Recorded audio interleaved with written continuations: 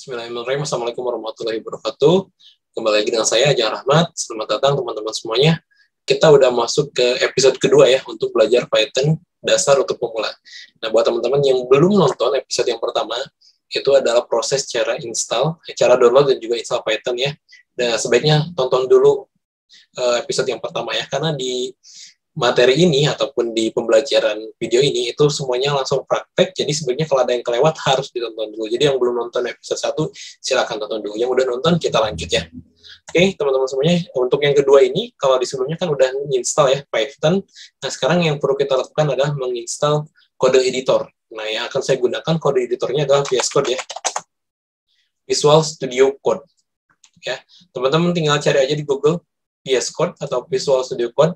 Nah, kemudian buka langsung ke website resminya ya. Ini dari Microsoft, Visual Studio Code. Ini sering banyak digunakan selain untuk Python, sebenarnya untuk bahasa pemrograman lain juga bisa ya.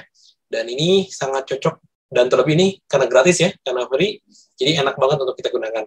Nah, saya akan langsung download aja. Tinggal klik aja ini ya. Klik.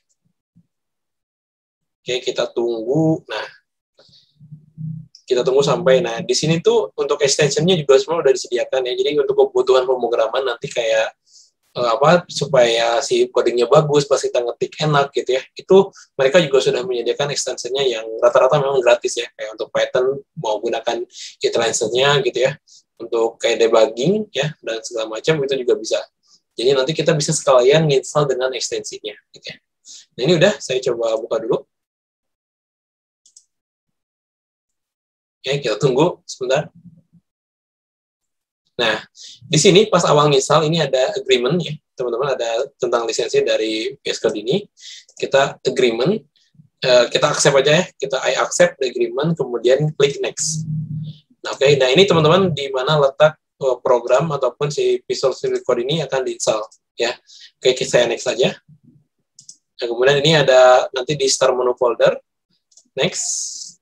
Nah, di sini yang bagian ini saya klik semuanya aja ya.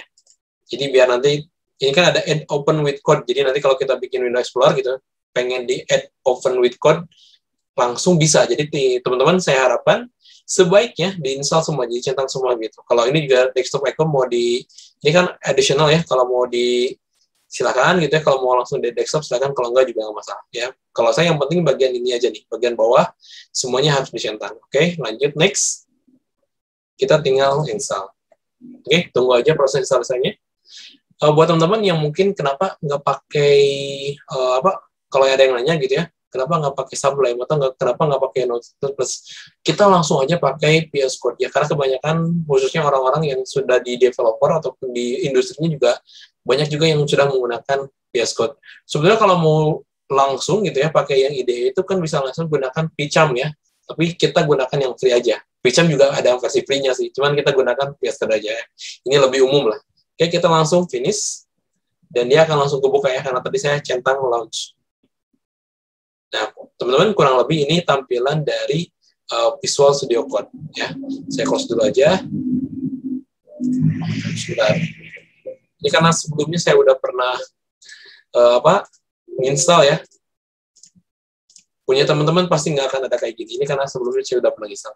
Oke, nah kita akan buka dulu folder ya, ataupun dokumen, di mana letak kita akan menyimpan project kita. Nah, teman-teman sebenarnya bisa di mana aja, mau di dokumen. Kalau saya ini langsung di data D aja ya.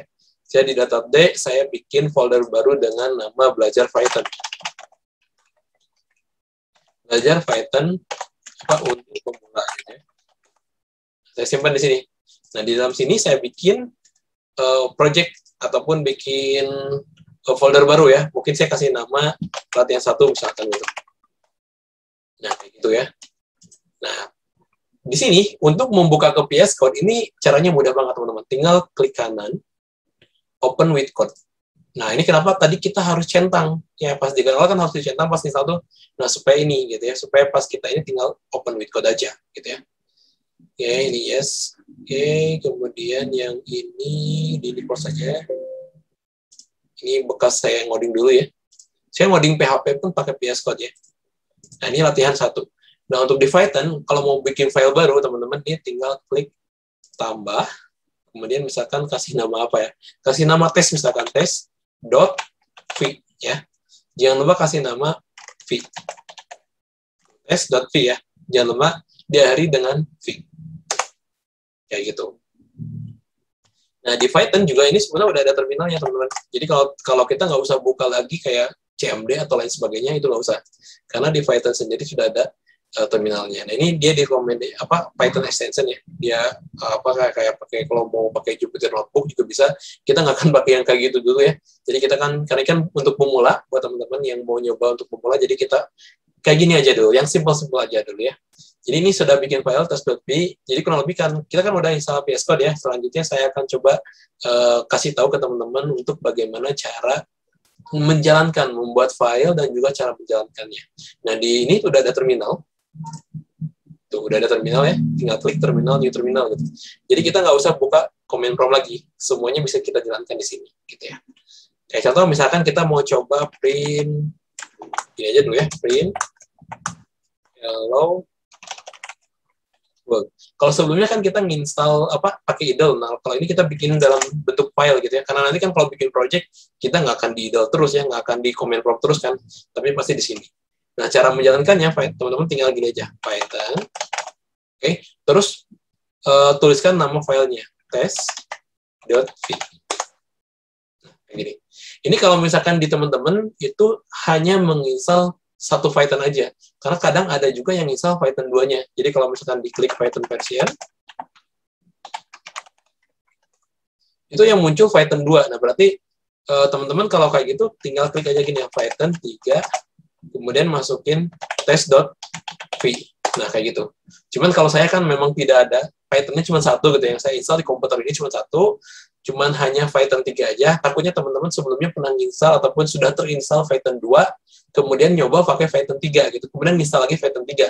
Nah, berarti kan harus menggunakan Python 3 nanti, pas proses codingnya, atau pas proses debugging di terminalnya gitu ya.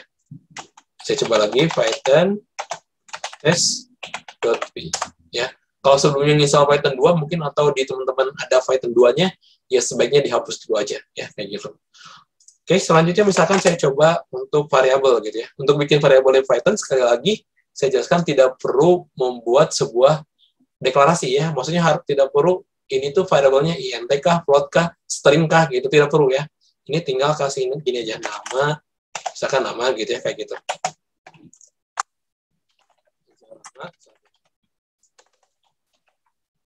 Dan kalau mau dimasukin ke sini, print, tinggal nama. Kayak gini sih kalau di Python tidak perlu ada titik koma. Tinggal kita eksekusi lagi, Python test.py. Aja Rahmat ya.